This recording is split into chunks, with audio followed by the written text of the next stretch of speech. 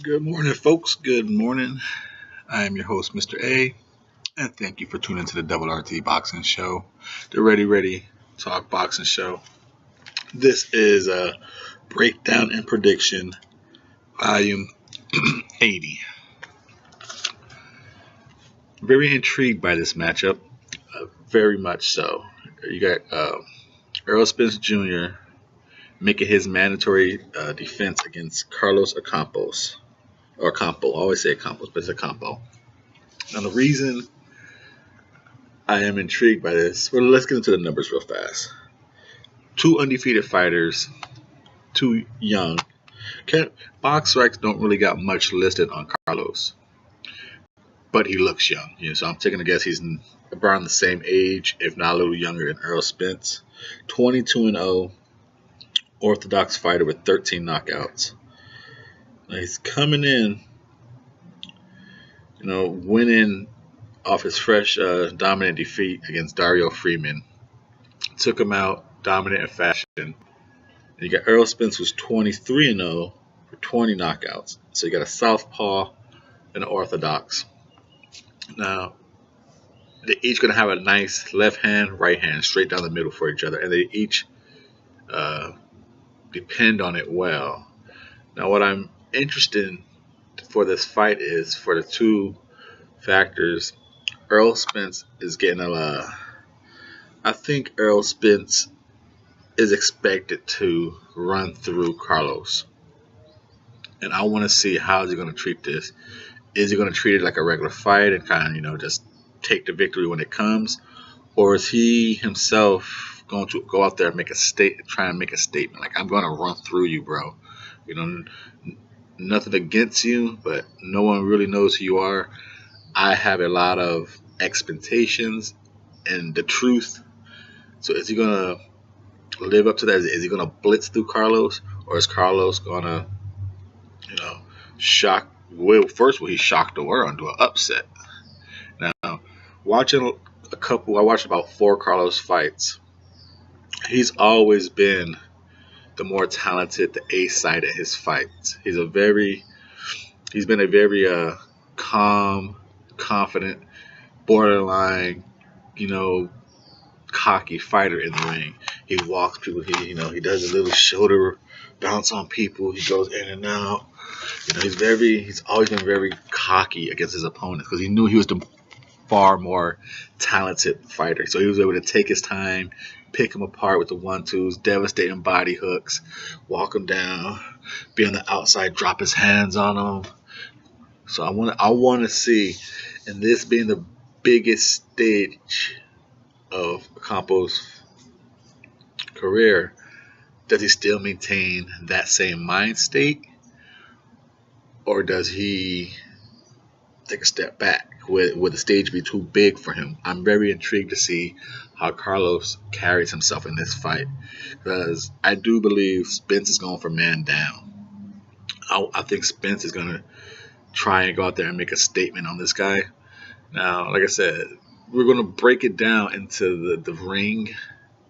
How can Carlos win this fight? He's going to have to do what he normally does. He's going to have to walk around that ring, keep Spence feet from being set so he can't deliver those power shots to the body that he's known for.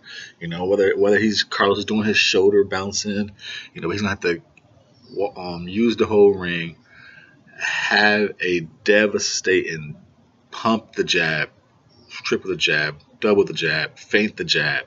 He can't let Spence just come in. And he's going to have to blind him with the jab and come with an uppercut and then work his own body attack. Spence is going to have to do what Spence does, walk you down. I would like to see Spence do what he did again towards the end of Lamont. Show a little craftiness with the feet. Show something different. But I don't think Ocampo is really going to have the arsenal to make him bring anything different. I think he's just going to do button up his shirt, get the suitcase and go to work on Ocampo.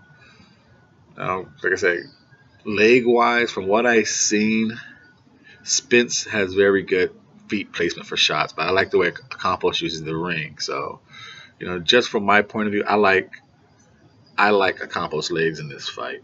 I'm not saying that he's the better of the two, but I like how he uses his legs and uses the ring. While Spence is just a come forward fighter and just does his work. When it comes to defensively, the way Spence fights in front of you fighters get hit that tendency. But Spence, he has a tendency to kind of sometimes back up in a straight line, and catch things off. I would like to see Spence work on some angles, as he exits. Don't always back up in a straight line. While Campos does kind of the same thing. They both back up in a straight line.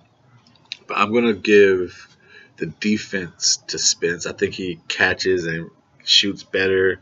I think he plays the gap better than Ocampo. For offense, Carlos doesn't have a bad offense. He's pretty crafty. He has a nice rangy 1-2. He works the body real well. He does this nice little uppercut. Now he doesn't have the body attack that Spence deliberately and purposely aims for, but he has a nice offense. Now, does he have the power to keep Spence off him?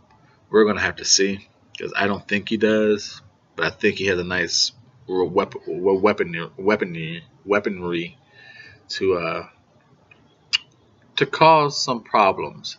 Now, like I said, to me, the main factor in this fight is going to be Carlos's mind state. Is he going to come in there that normal A-side fighter that he's always, confident, cocky, loose, or is he going to be tight and timid? And that's what I want to see. I am dying to see the Carlos mind state of this fight. I'm picking Spence by a 5th round stoppage. I think he's going to really work the body, get him out there pretty good. And if this fight goes longer than the 5th round, it's going to be due to Carlos's ring generalship. Like I said, he can use the ring, and he has a nice 1-2 to keep you out there. So, 5th round stoppage, and still IBF welterweight champion Erroll Spence. Thank you for your time and support. I am Mr. A. You have tuned in to the RRT Boxing Show. Thank you for your time and support.